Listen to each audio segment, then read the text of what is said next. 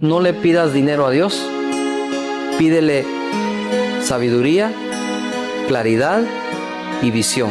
A veces le pedimos a Dios cosas materiales, creyendo que eso resolverá todo, pero el dinero sin sabiduría se acaba, las oportunidades sin claridad se confunden y los sueños sin visión se pierden.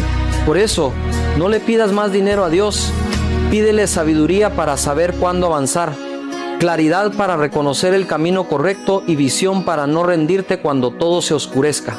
Dios no siempre te da lo que quieres, pero sí lo que necesitas para crecer. Y cuando aprendes a ver desde el corazón, entiendes que la verdadera riqueza no está en lo que tienes, sino en lo que comprendes. La vida se transforma cuando cambias tus peticiones.